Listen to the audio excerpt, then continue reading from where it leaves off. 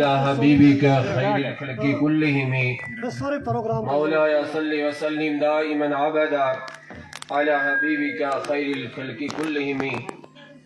معزز و مکرم علماء کرام، اسٹیج پر جلوہ افروز معزز حضرات، جلسہ گاہ میں تشریف فرما قابل عزت و احترام سامعین و حاضرین، السلام علیکم ورحمۃ اللہ وبرکاتہ. وعلیکم السلام ورحمۃ اللہ تعالی وبرکاتہ. الحمد للہ رب العالمین والعاقبۃ للمتقین والصلاة والسلام علی سید الانبیاء والمرسلین وعلى آلہ واصحابہ وبارک وسلم تسلیما کثیرا کثیرا. اما بعد فقد قال اللہ تعالی فی کلامہ المجید والفرقان الحمید: اعوذ باللہ من الشیطان الرجیم، بسم اللہ الرحمن الرحیم. وَكَيْفَ تَكْفُرُونَ وَأَنْتُمْ تُتْلَى عَلَيْكُمْ آيَاتُ اللَّهِ وَفِيكُمْ رَسُولُهُ. آمنت باللہ صدق اللہ العلی العظیم. درود پاک پڑھ لیں. اللہم صلی علی سیدنا و مولانا محمد وعلی آل سیدنا و مولانا محمد واصحاب سیدنا و مولانا محمد وبارک وسلم علیہم. الصلاة والسلام علیک یا سیدی یا رسول اللہ وعلى آلك وأصحابك يا سيدي يا شفيعنا يوم الجزاء صلی اللہ تعالی علیہ وسلم. محترم و مکرم سامعین و حاضرین، ابتداءً کرب اخذ چیز عرض وہ یہ کہ جب بھی کوئی آپ کے سامنے نعت پڑھنے کے لیے، نعت شریف پیش کرنے کے لیے آ جائے، یا کوئی خطیب آپ کے سامنے حاضر ہو، تمشیز کہتی کنچ توجہ تھاوین واریاں ضروری. اس کی دو وجوہات ہیں. ابتدائی طور پہ ایک میں شرعی مسئلہ آپ کے سامنے رکھتا ہوں. قرآن حکیمت جی واضح طور پہ جا حکم واضح کرمت جو اللہ کا فرمان ہے، ینساتی طیب روٹ کر اللہ تعالیٰ سن کلام ہی پیش کرنا. جب بھی آپ کے سامنے اللہ کا کلام پیش کیا جائے تو لازم ہے آپ کو کہ اس کو غور سے سنیں. اور اللہ تعالیٰ روڈ فرماؤ لعلکم ترحمون، تاکہ تم پہ رحم کیا جائے. اور یہ حکم جو ہے یہ وجوبی حکم ہے. حکم وجوبی کو اسو کی جس پہ عمل کرنا بہت ضروری اور لازم ہوتا ہے. حکم وجوبی مثال کے طور پہ اگر کوئی انسان، اللہ تعالیٰ رحم فرمائے، کوئی انسان اگر مسلمانوں میں سے نماز وطر کو چھوڑ دیتا ہے، نماز وطر کو چھوڑ دیتا ہے، ہم اسے کیا کہیں گے؟ عشاء تو پڑھ لی، فرض کی ادائیگی کر لی، لیکن نماز وطر کو چھوڑ دیتا ہے، تب اس کیا مانا ہو؟ اسے کیا کہیں گے اس کے لیے؟ اس نے اچھا کام کیا، برا کام کیا؟ یہ گناہ کا کام ہے. اور وجوبی حکم یہ ہوتا ہے، واجب وہ ہوتا ہے جس کی ضد میں مکروہ تحریمی جیسی، قریب الحرام جیسی چیز کھڑی ہے. یعنی اگر کوئی انسان واجب پہ عمل نہیں کرتا ہے تو وہ مکروہ تحریمی پہ عمل کر رہا ہے. اس پہ عمل کر رہا ہے مکروہ تحریمی. وہ چیز ہے جو قریب الحرام ہے، جو حرمت کے بہت قریب ہے. یہ اس بات اصولی مسئلہ تو ابروڈ کر عرض کریں کہ جب بھی آپ کے سامنے یلتی تو ابروڈ کریں، قرآن پاک کی پیش کرنے یا احادیث نبویہ ان پیش کرنے، یا رسول پاک صلی اللہ تعالی علیہ وسلم نے ان خصائل و کمالات ان پیش کرنے، اس وقت تھوڑا توجہ کی ضرورت ہے. اس وقت بہت غور سے سننا ہے تاکہ ہمیں اس سے فائدہ حاصل ہو جائے. تو اس کی تشریح میں نہیں کر سکتا ہوں ابھی کیونکہ وقت کی کمی ہے، اور میں مختصر سے وقت میں انشاءاللہ اپنی بات کی طرف آ جاتا ہوں. لیکن عادتاً جو الحمدللہ اہل سنت والجماعت کی عادت ہے، اور عادت ہی نہیں بلکہ ایمان کی تقویت کا ذریعہ ہے، ایمان کی تقویت کا ذریعہ ہے. جی تو الحمدللہ ہم اس کو زیادہ ترجیح دیتے ہیں اعلیٰ حضرت کے کلام پر. بے شک، ماشاءاللہ، اس پر ہم ترجیح دیتے ہیں. کیا بات ہے. جی کلام اعلیٰ حضرت، میں یہ سمجھتا ہوں کہ آج کے دور میں اگر یہ سمجھا جائے کہ کلام اعلیٰ حضرت جو ہے، جتنے بھی کلام لکھنے والے ہیں جی ان کا بادشاہ کلام اگر ہے تو وہ اعلی حضرت کا کلام بے شک حق ہے جی مبالغہ نہیں کر رہا ہوں جی، کیونکہ میری عادت میں میرا سبجیکٹ جو ہے وہ فقہ ہے. میری عادت مبالغہ کی نہیں ہے، تحقیق کی ہے. بے شک میری عادت جو اپنے اساتذہ کی طرف سے جو ہمیں طریقہ ملا ہے وہ مبالغہ کا طریقہ نہیں ملا ہے بلکہ تحقیق کا طریقہ ملا ہے. تو الحمدللہ ہم اسی پہ زیادہ عمل کرتے ہیں کہ کلام اعلی حضرت جو ہے اس میں اگر دیکھا جائے تو بہت ساری احادیث آپ کو ایک ایک شعر میں، ایک ایک اشعار میں کچھ ہی اشعار آپ پڑھیں تو بہت ساری احادیث کی ترجمانی ملے گی، قرآن پاک کی آیات کی ترجمانی ملے گی، رسول پاک صلی اللہ تعالی علیہ وسلم کی سیرت کا بہت سارا مجموعہ ملے گا جس سے ہمیں فائدہ حاصل ہوگا. اللہ تبارک و تعالی ہم سب کو علم نافع عطا فرمائے. آمین. تو اعلی حضرت رحمت اللہ علیہ یہ لکھے بھی کہاں ہیں یہ اشعار؟ جی یہ لکھے ہیں مسجد نبوی کے سامنے. کیا بات ہے، کیا بات ہے. بہت ہی ایسا کلام ہے جس کے آخر میں اگر میں اس کے پس منظر پہ جاؤں تو ایک عجیب ہی بات ہے کہ اعلی حضرت رحمت اللہ علیہ نے جب یہ اشعار لکھے تو مورخین لکھتے ہیں، تاریخ میں ہے کہ اعلی حضرت رحمت اللہ علیہ کو رسول پاک صلی اللہ علیہ وسلم کا دیدار بھی ہوا. واہ، سبحان اللہ، کیا بات ہے. یہ صرف اعلی حضرت نہیں ہے، جی جی بہت سارے عاشقوں کو دیدار ہوا ہے. بے شک. اللہ تبارک و تعالی ہمیں بھی اس مقدس اور پاک سرزمین پہ پہنچائے. آمین. تو ہم اعلی حضرت رحمت اللہ علیہ کے یہ چند اشعار جو ایک ابھی مجموعہ ہے لیکن چند اشعار آپ کے سامنے پیش کرتے ہیں اور اب تبارک و تعالی ہمیں فہم و فراست عطا فرمائے. آمین آمین. وہ سوئے لازار پھرتے ہیں، اشارہ ہے. کیا بات ہے، ماشاء اللہ. کیونکہ میں شاعر نہیں ہوں، میری آواز بھی اتنی اچھی نہیں ہے، لیکن جی ذرا غور کریں کیا الفاظ ہیں. جی جی جی. وہ سوئے لازار پھرتے ہیں، کیا بات ہے، ماشاء اللہ. لازار پھرتے ہیں، کیا بات ہے. وہ سوئے لازار پھرتے ہیں،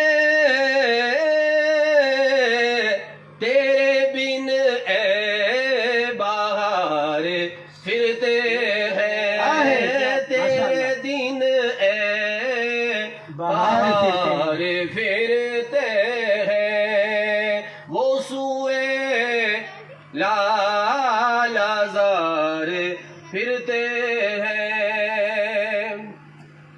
اب ایک بات ہے، پوری دنیا میں آپ دیکھتے ہیں جو بھی بیان کرنے والے لوگ ہیں، جو بھی اپنی بات سامنے رکھنے والے لوگ ہیں، وہ کہتے ہیں ہماری بات کو مانو. کہتے ہیں نا، جی اکثر ہوتا ہے یہ.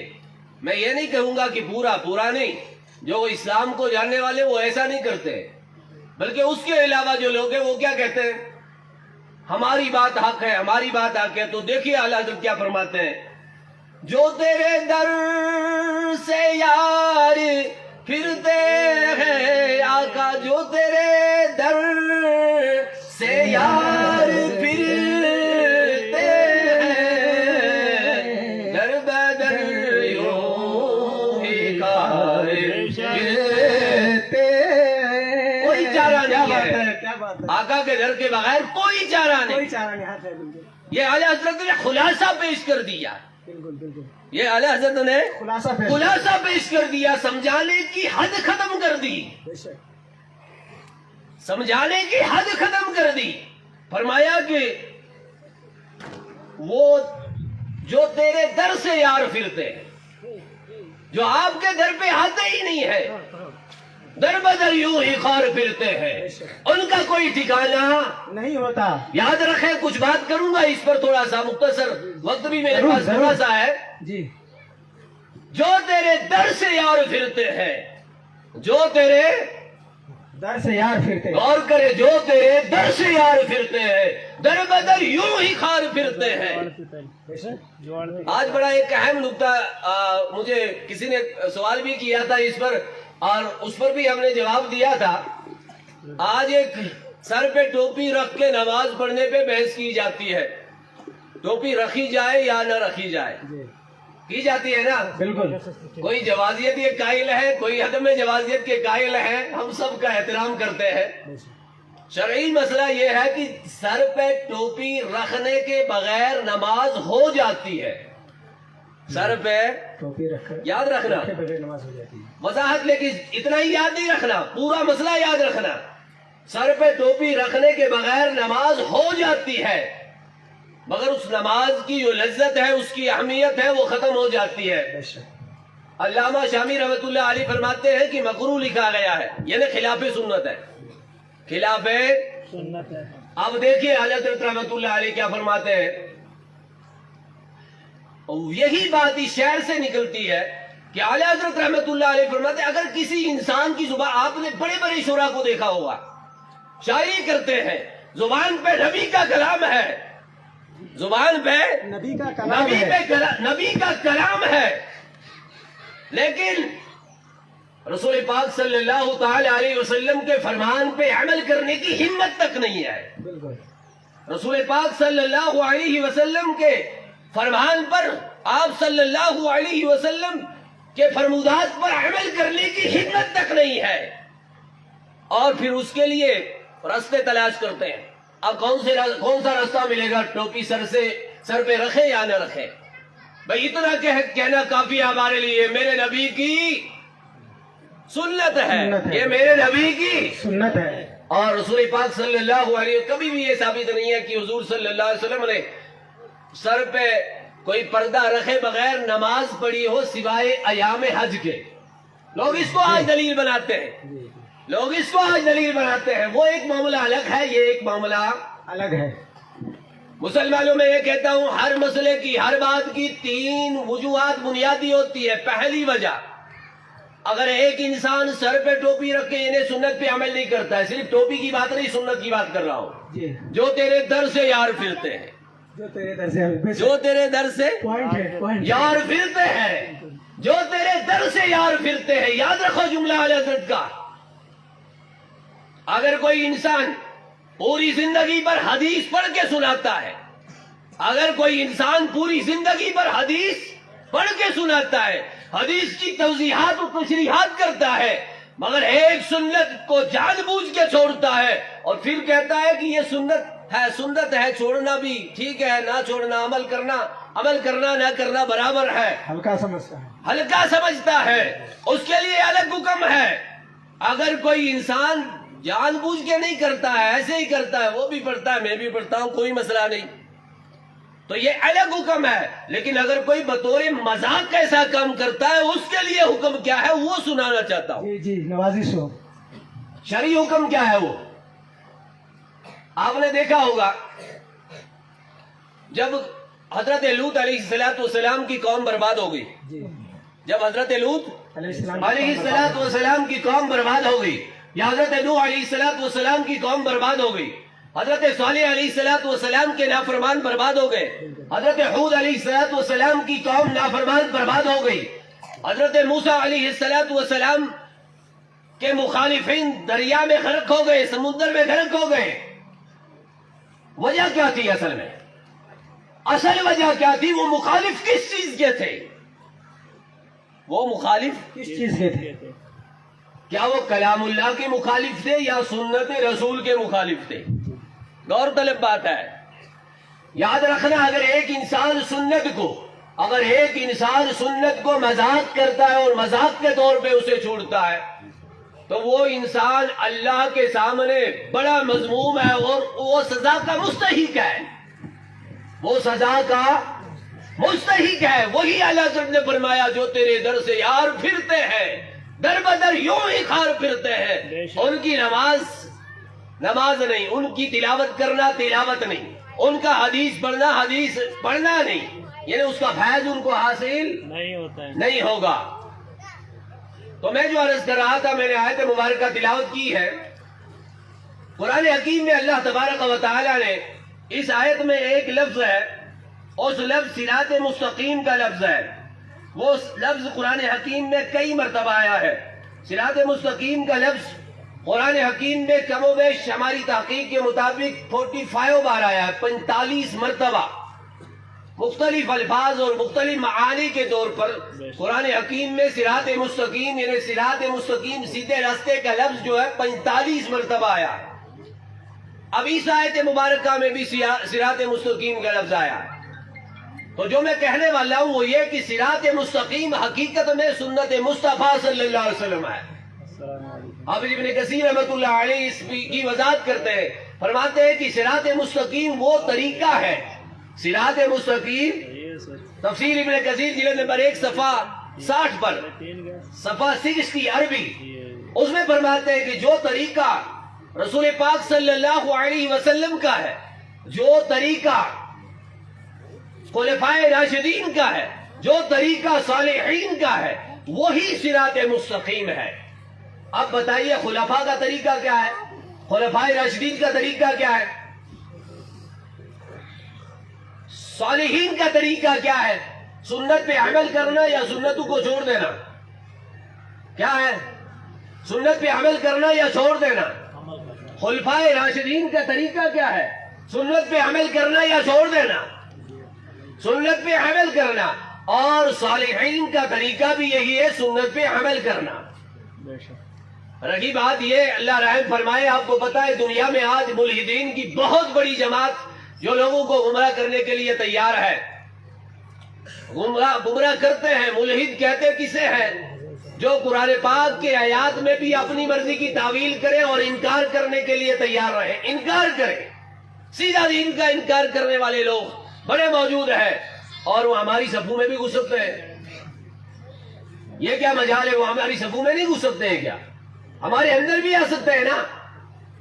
تو اس کے لیے ہمارا طریقہ کار کیا ہونا چاہیے؟ صراط مستقیم پہ چلنے کے لیے کیا طریقہ ہمارا ہونا چاہیے؟ وہ سب سے بہتر طریقہ یہ کہ ہم اپنے مدارس کو مضبوط کریں اور مدارس اسلامیہ کا تعاون کریں اور علماء کرام کے ساتھ رہیں. کم سے کم علماء کرام کے ساتھ رابطہ رکھیں.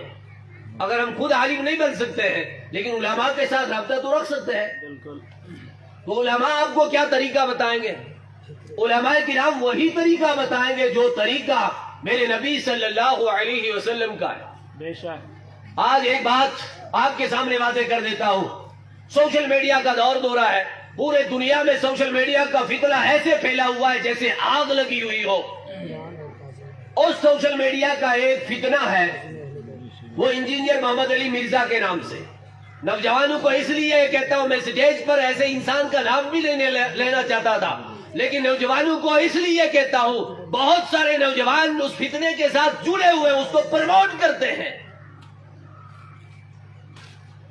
اور انجینئر محمد علی مرزا کا فتنہ کتنا بڑا فتنہ ہے آپ یہ جان لیں.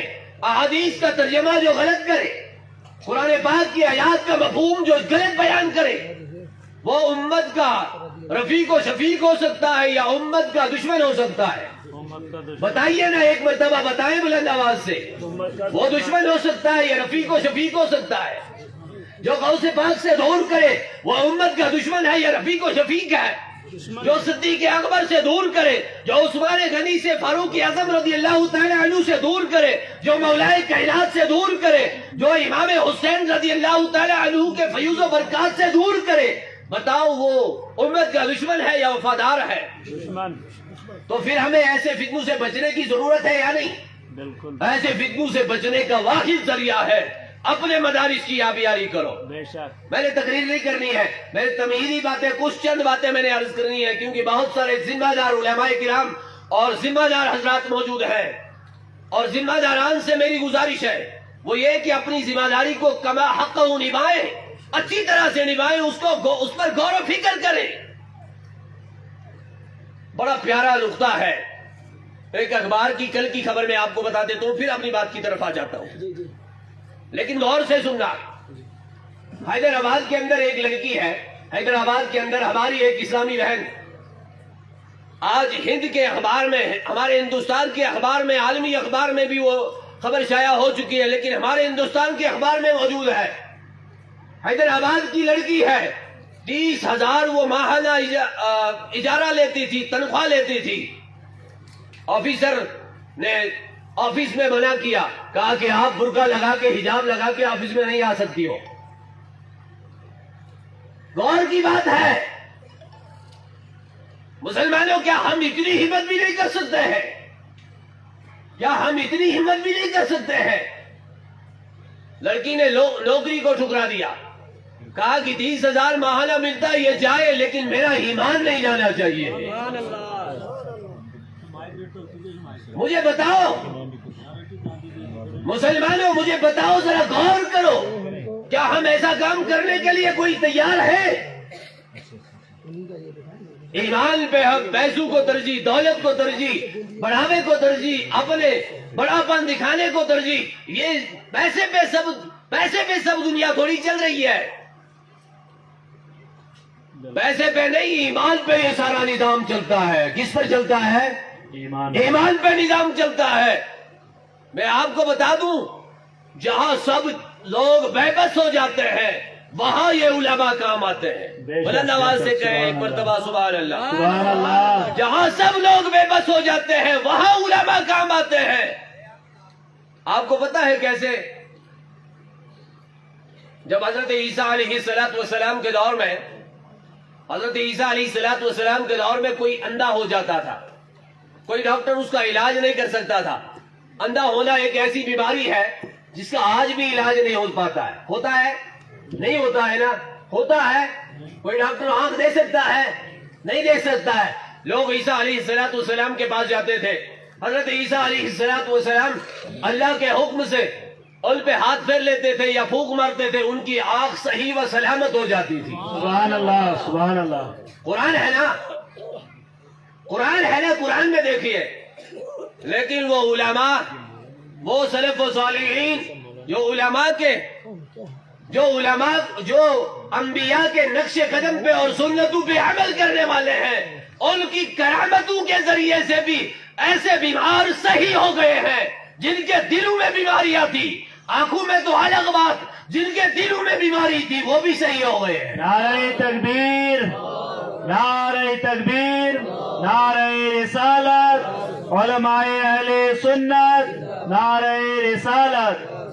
ہمیں ایک اپنے پیر بھائی، الحمدللہ میرے پیر و مرشد، اللہ تبارک و تعالی ان کی قبر پہ نور و انوار کی برسات برسائے۔ اعلی حضرت رحمت اللہ علیہ کے خانوادہ کے ساتھ تعلق رکھنے والے مفتی اختر رضا خان رحمت اللہ علیہ، تو تاج الشریعہ کا مقام کیا تھا؟ وہ اس خانوادے کے ساتھ تعلق رکھتے تھے، اور ان کا مقام کیا تھا آپ ذرا غور کریں۔ ہمارے ایک پیر بھائی سناتے تھے، کسی ایک بزرگ کا بیٹا تھا، ایک ہی بیٹا تھا، بریلی شریف میں ایک ہی بیٹا تھا، نابینا ہو گیا۔ ڈاکٹروں نے جواب کر دیا، کہا کہ اب کہیں علاج نہیں بن سکتا ہے، کوئی ڈاکٹر اس کا علاج نہیں کر سکتا۔ اب آ گیا کہاں؟ یار ہے نا، جو تیرے در سے یار پھرتے ہیں، جو تیرے در سے یار پھرتے ہیں، در بدر یوں ہی خار پھرتے ہیں۔ پھر حضور تاج الشریعہ رحمت اللہ علیہ کے دربار میں آیا اور عرض کی، حضرت سب درباروں سے ٹھوکریں کھا کے آ گیا ہوں، اب کچھ کرم فرمائے، اب اللہ سے کچھ دعا تو کریں۔ حضور تاج الشریعہ علیہ رحمہ نے فرمایا کہ صبر کرو، صبر کرو، سب سے زیادہ بہتر صبر ہے، سب سے زیادہ بہتر صبر ہے۔ 1 گھنٹہ سمجھایا، یہ اللہ کی طرف سے آزمائشیں ہوتی ہے، لیکن مرید بھی مرید تھا نا۔ اس نے کہا کہ حضرت جب میں اس در سے بھی خالی نکل جاؤں پھر جاؤں گا کہاں؟ پھر جاؤں گا کہاں؟ عقیدہ کو مضبوط کرو۔ جب اس در سے بھی خالی جاؤں تو کہاں جاؤں گا؟ سب ڈاکٹروں نے ٹھکرا دیا۔ تو حضور تاج الشریعہ علیہ رحمہ نے اپنی لاٹھی کو اٹھایا اور ایک ڈنڈا مارا، کہا کہ میں کرامتیں بانٹنے کے لیے نہیں آیا ہوں، یہ علماء ہوتے ہیں اور یہ سلف و صالحین کے نقش قدم پہ چلنے والے ہوتے ہیں۔ مرید باہر نکلا تھا، ویٹنگ روم میں دیکھا، اس کا لڑکا جو تھا اس کی دونوں آنکھوں میں روشنی آ گئی۔ سبحان اللہ، ماشاءاللہ، سبحان اللہ۔ سمجھ آ رہی ہے بات؟ بے شک۔ اگر دلوں میں بیماری پیدا ہو چکی ہے، یہ بیماریاں حقیقت میں نفاق کی بیماری ہو، منافقت کی بیماری ہو، ظلم و ستم کی بیماری ہو، اور جتنی بھی دلوں کی بیماریاں ہیں، غیبت، چغلی وغیرہ، یہ سب بیماریاں اگر ختم ہو سکتی ہے کسی مخلص عالم دین کے پاس ہو سکتی ہیں، ورنہ نہیں ہو سکتی۔ بے شک بے شک۔ الحمدللہ اللہ کا کرم ہے، یہ مدرسہ، اس مدرسے سے آج 4 طالب علم فی الفارغ ہو رہے ہیں، لیکن میں چند گزارشات عوام کے لیے بھی رکھوں گا، اور مدارس کے کئی ذمہ داران ہمارے پاس موجود ہیں، اللہ تبارک و تعالیٰ ان کو بھی سلامت رکھے، اور مدارس اسلامیہ کو اللہ تبارک و تعالیٰ کامیابی و کامرانی عطا فرمائے۔ سب سے پہلی بات، الحمدللہ ہمارے پاس حفاظ نکلتے ہیں، لیکن لوگوں میں ایک چرچا ہوتا ہے، اگر کوئی حافظ صاحب کل نماز چھوڑ دیتا ہے، جو بات آپ کریں گے نا وہ ہمارے منہ سے نکلنی چاہیے، اور حافظ صاحب کوئی نماز چھوڑ دیتا ہے، لوگوں میں چرچا حافظ ہو کر کے نماز چھوڑ دیا، حافظ ہو کر کے نماز چھوڑ دیا، چرچا تو ہونا ہی ہے۔ اس کا ازالہ کرنے کے لیے الحمدللہ ایک تدبیر لایا ہوں، اور وہ تدبیر علماء کرام اس تدبیر کو خوب سمجھیں گے انشاءاللہ۔ حفاظ کے لیے اور عوام کے سامنے اس لیے پیش کر رہا ہوں، یہ مشورے کی باتیں ہیں، یہ عوام میں اس لیے پیش کرتا ہوں، بچے تو آپ ہی کے پڑھیں گے نا مدارس میں، بالکل۔ بچے کس کے ہوں گے؟ ہمارے۔ جب آپ مدرسے میں بچہ ڈالتے ہو نا پڑھنے کے لیے، تھوڑا کوشش کریں اور استاد صاحب سے کہیں جتنا زیادہ ٹائم لگے ہم اس کے لیے تیار ہیں، جتنا زیادہ ٹائم لگے ہم اس کے لیے تیار ہیں۔ تو مدارس کے ذمہ داران اس کے لیے ایک حفظ کا نصاب متعین کرے، لیکن خالی حفظ نہ رکھیں بلکہ اس کے ساتھ 2 اور کتابیں پڑھائیں، نحو و صرف کی کتابیں۔ اگر یہ حافظ قرآن 2 سال کے بدلے میں 10 سال میں بنتا ہے، لیکن اگر محلے میں ایک ہی حافظ ہوگا وہ ویسا ہوگا جیسے آسمان پہ ستارہ، آپ کا گاؤں، آپ کا شہر، آپ کا علاقہ چمکتا ہوا نظر آئے گا۔ اگر یہ حافظ قرآن پڑھنے کے ساتھ ساتھ اس کو سمجھنا سیکھے، آپ نے دیکھ لیا ہوگا تحریفات قرآن کو کوئی بات ہی نہیں سمجھا جاتا ہے۔ قرآن پاک کی تحریف کرنا، چاہے وہ معنوی تعریف ہو چاہے وہ لفظی تعریف ہو، اس کو کوئی سمجھتا نہیں ہے۔ اگر عوام میں پیش کیا جائے تو ہمارا پیچھا کیا جائے گا۔ آپ تحریف قرآن کی بات کر رہے ہو، ارے سن لو، قرآن پاک میں کبھی ایک زیر اور زبر سے ایسی تحریف ہو جاتی ہے جس کا ازالہ کرنا ناممکن ہے، جس کا ازالہ کرنا ناممکن ہے۔ یہ اس لیے کہتا ہوں، ہمارے ہاں ایسا بھی ہوتا ہے کہ اگر ہم حافظ بچے کو بنا دیتے ہیں، پھر والدین اس کو آگے پڑھانے کے لیے تیار ہی نہیں ہوتے ہیں۔ والدین سے میری گزارش ہے، بچہ جب مدرسے میں آپ ڈالتے ہو، آپ یہ ارادہ کریں یہ دین کا خادم بنے گا، یہ دین اسلام کی اشاعت کا ذریعہ بنے گا، لہذا جتنا وقت اس کا لگے گا وہ لگے مدرسے میں، لیکن یہ ایسا عالم دین بن کے نکلنا چاہیے، یہ ایسا عالم دین بن کے نکلنا چاہیے جو قوم کو کل کام آ جائے، جو اسلام کی اشاعت کا ذریعہ بن جائے۔ بے شک۔ یہ پہلی گزارش تھی۔ اور دوسری بات ذمہ داران سے وہ یہ کہ عمدہ اور اچھے اساتذہ کا انتخاب کریں۔ اس پر اعلیٰ حضرت رحمت اللہ علیہ نے ایک 10 نکاتی ایجنڈا پیش کیا ہے۔ اعلیٰ حضرت رحمت اللہ علیہ ہر موڑ پہ ہر قدم پہ ہمیں رہنمائی فرماتے ہیں۔ بے شک۔ 10 نکاتی ایجنڈا پیش کیا ہے۔ علماء کی خوب خدمت کریں، اچھے علماء کا انتخاب کریں، مسجد کا امام بنانا ہو، سنت کا پابند امام بناؤ، جو خود سنت کا پابند نہ ہو وہ دوسروں کو سنت پہ کیا آمادہ کرے گا؟ بالکل۔ پھر وہ حدیث، میں کہتا ہوں جو سنتوں کا پابند نہیں وہ حدیث کی کتاب ہاتھ میں نہ اٹھائے۔ بات تو تلخ ہے لیکن ہے حقیقت، معاف کرنا، بات تلخ ہے لیکن ہے حقیقت۔ بالکل۔ جو سنت کا پابند نہ ہو وہ حدیث کی کتاب ہاتھ میں نہ اٹھائے۔ کیوں؟ حدیث سے ہی سنت کی اشاعت ہوتی ہے۔ حدیث پڑھتا ہو مصطفیٰ کے فرامین، میرے پیر و مرشد کا کلام، مصطفیٰ کے فرامین ورد زباں، سبحان اللہ سبحان اللہ۔ مصطفیٰ کے فرامین ورد زباں، مصطفیٰ کی کرے انہی سے کسر شاہ۔ سبحان اللہ سبحان اللہ۔ بے شک۔ رسول پاک صلی اللہ علیہ وسلم کے فرمان زبان پہ ہو اور اسی سے رسول پاک صلی اللہ علیہ وسلم کی شان کو کم کرنے کی کوشش کرے۔ کس غضب کی ہے یہ شوخیاں، کس غضب کی ہے یہ شوخیاں، تیرے پیارے کا فرمان خطرے میں ہے۔ کس غضب کی ہے، کس غضب کی ہے یہ شوخیاں، یہ کیسی ہمت ہے، واہ واہ۔ یہ کیسی ہمت ہے ایک انسان حدیث ہاتھ میں اٹھاتا ہے اور اسی سے رسول پاک صلی اللہ علیہ وسلم کی شان کو کم کر کے پیش کر رہا ہے. ایسے امام کو منتخب نہ کرو. آج ہمارے علاقوں میں ایک سسٹم چلا ہے امام کو منتخب کرنے کا. یہ بات بھی بتا دوں اگر اجازت ہو تو بتا سکتا ہوں حضرت. امام کو منتخب کرنے کا جو سسٹم چلا ہے اکثریت اور اقلیت کو دیکھا جا رہا ہے. کس کو؟ اکثریت اور اقلیت کو دیکھا جا رہا ہے. میں کہتا ہوں کہ آپ فقہ حنفی کی معتبر کتاب فتاوی عالمگیری کو اٹھائیں. جی حدیث کی روشنی میں خلاصہ پیش کیا گیا ہے. 3 پیجز فتاوی عالمگیری عربی میں 3 پیج پر ایک خلاصہ پیش کیا گیا ہے امام کو کیسے منتخب کیا جائے.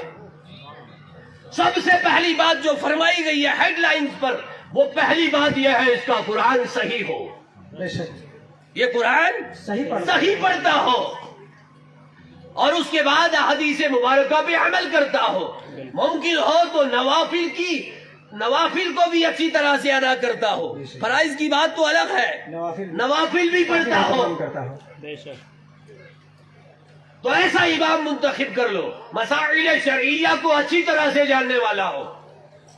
لیکن آج ہم نے اس کا الٹ کر دیا. ہم کہتے ہیں اقلیت اور اکثریت ہے نا, ایسا ہی مسئلہ. یہ یہاں کی بات نہیں کر رہا ہوں, ناراض نہیں ہو جا, بلکہ میں پورے دنیا کی بات کر رہا ہوں. یہ وبا پھیلی ہوئی ہے.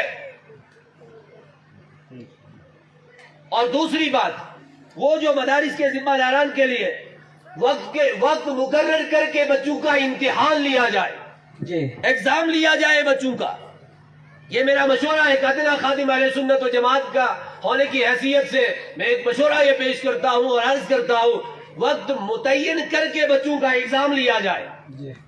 اگر ان کا وقت متعین کر کے ایگزام اچھی طرح سے لیا جائے یہ بچہ انشاءاللہ اچھا عالم دین بن جائے گا.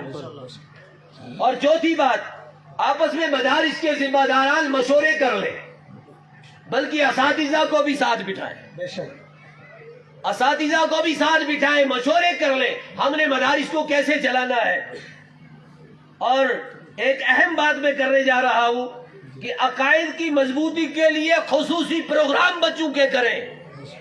عقائد پہ ڈھاکہ جو ڈالا جا رہا ہے اس کے لیے خصوصی پروگرام کریں تاکہ ہمارے بچوں کے, ہمارے عوام کے عقائد. عوام کون ہوتی ہے؟ ہمارے بچے ہی تو عوام میں آتے ہیں نا, تو ان کے عقائد خراب نہ ہو جائیں. اور مدارس کا حساب و کتاب جو ذمہ داران ہیں ان سے گزارش ہے, مدارس کا حساب و کتاب آج کل کے دور میں ایسا ہونا چاہیے اگر کوئی آپ سے مانگنا چاہے نا تو ابھی آپ نے دکھا دینا ہے, یہ لو یہ مدرسے کا حساب ہے, اس میں آپ PDF بنا کر کے اپنے پاس رکھ لیا کریں. ایسا رکھیں کہ کسی کو بات کرنے کا کوئی موقع نہ ملے. یہ اہم بات ہے مدارس کے ذمہ داران کی طرف. اور عوام کے لیے ایک گزارش وہ یہ کہ بلا وجہ نکتہ چینی مدارس کے ذمہ داران کی نہ کریں. آپ کو پتا ہے مدارس کے ذمہ داران ایسے ہوتے ہیں جن کو وقت کا کھانا بھی کبھی میسر نہیں ہوتا ہے. یہ جانتے ہیں آپ, رمضان المبارک میں جب ہر کوئی انسان چاہتا ہے کہ میں آرام سے بیٹھوں اور اپنے روزے نوافل وغیرہ سب آرام سے ادا کروں, اس ویسی گرمی ہو سردی ہو کچھ بھی ہو مدرسے کا ذمہ دار متفکر ہوتا ہے اور وہ مدرسے کے لیے 10-10 روپے جمع کرتا ہے. پھر اگر ہم ان کے لیے انگلی اٹھائیں تو بتاؤ یہ ہمارے لیے بہتر ہے یا غلط ہے؟ ہمیں ان کی حوصلہ افزائی کرنی چاہیے. زکوٰۃ صدقات خیرات سے مدارس کی صحیح طریقے سے معاونت کریں, یہ عوام سے میری گزارش ہے. اور اگر کوئی بچہ حافظ بن جاتا ہے اس کو عالم بنانے کی کوشش کریں, یہ عوام سے گزارش ہے. آپ کا بچہ الحمدللہ اس مدرسے سے آج 4 بچے فارغ ہو رہے ہیں اور ان 4 بچوں کو میری گزارش ہے ان کے ورثاء سے اللہ سے دعا ہے کہ اللہ تعالیٰ ان کو عالم دین بنائے, یہ علماء بنے اور اس قوم کے چراغ بن جائے. بہت سارے مدارس, یہ اس لیے بات کہہ رہا ہوں, بہت سارے مدارس سے بچے ہمارے فارغ تو ہو جاتے ہیں لیکن فارغ ہونے کے بعد وہ آگے تعلیم حاصل کرنے سے بالکل دور رہتے ہیں جس کی وجہ سے ان کا ایک سسٹم ہی خراب ہو جاتا ہے, برباد ہو جاتا ہے, بعد میں وہ عالم نہیں بن سکتے ہیں. لہذا کوشش کریں جو بھی بچہ آپ کا حافظ کرتا ہے، یہ 4 بچے حافظ ہو گئے، تو ان کے مرثا سے میری گزارش ہے ان کو عالم دین بھی بنائیں۔ اور لاسٹ گزارش میری ہے، مدرسہ انوار العلوم انوار القرآن شاہد آواز ذہان، اس کے لیے آپ کو اللہ نے ایک ایسا عالم دین دیا ہے جس عالم دین کی کچھ تحریر میرے پاس موجود ہے۔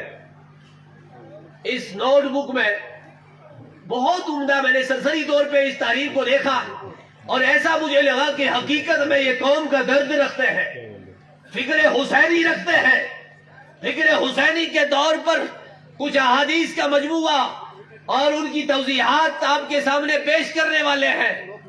ہم ایسے علماء کو صف اول پہ رکھنے کی ترجیح دیتے ہیں، اور ایسے علماء کو صف اول پہ رکھا جائے، مبالغہ سے نہیں کہتا ہوں۔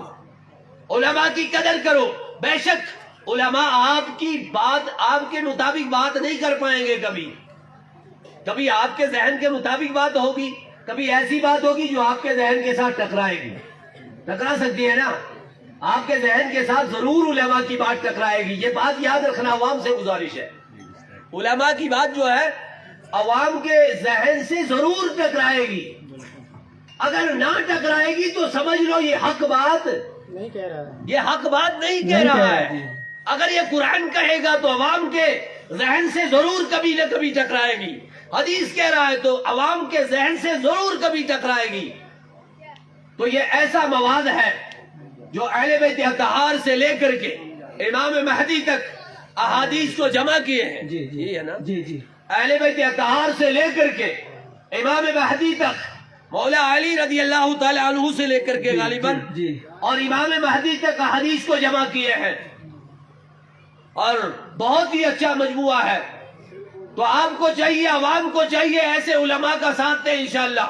سب کہیں ہاتھ اٹھا کے انشاءاللہ، سب کہیں انشاءاللہ، نہیں ایسے نہیں چلے گا، سب کہیں گے ہم علماء کا ساتھ دیں گے انشاءاللہ، نہیں چلے گا ایسے، سب ہاتھ اٹھا کے کہیں انشاءاللہ، انشاءاللہ کہہ دیں ایک مرتبہ سب، انشاءاللہ ہم علماء کا ساتھ دیں گے۔ علماء کی بات قرآن و سنت کے مطابق جب تک ہے تب تک ہم اس بات پر عمل کرنے کے لیے تیار ہیں۔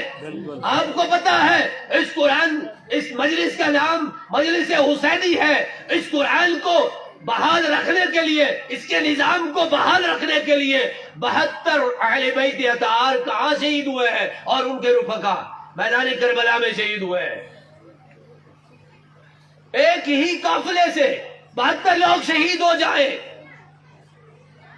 ایک ہی قافلے سے، ذرا غور کریں، اللہ رحم فرمائے اگر کہیں حادثہ ہو جاتا ہے، کسی بستی سے کوئی نوجوان، کوئی جوان یا کوئی بزرگ وفات ہو جاتا ہے، پوری بستی میں قرآن بچتا نہیں بچتا ہے؟ بتائیے جہاں پر 72 شہید ہو جائے وہاں پر منظر کیا ہوگا؟ وہ منظر کیا ہوگا؟ اس کی بیک گراؤنڈ کیا ہے؟ دفاع قرآن۔ اس کی بیک گراؤنڈ کیا ہے؟ قرآن پاک کا دفاع کرنا، احادیث نبویہ کا دفاع کرنا۔ لہذا میری گزارش ہے مدارس اسلامیہ کا اچھی طرح سے تعاون کریں، علماء کرام کا ساتھ دیں، اگر کوئی بات آپ سے علماء کی ٹکراتی ہے اس سے مشورہ کریں، اس کو سوشل میڈیا کی زینت نہ بنائیں، اس کو ادھر ادھر اس کو چرچا نہ کریں، اس کا اور چرچ کرنی جو بہتر یہ کہ ہم اس کے پاس جا کر کے سنیں، بیٹھیں، علماء کے ساتھ محبت کریں، علماء اور عوام کے درمیان خلا جو ہے اس کو ختم کریں گے انشاءاللہ، کریں گے انشاءاللہ۔ اللہ تبارک و تعالی ہم سب کے ایمان کو سلامت رکھے۔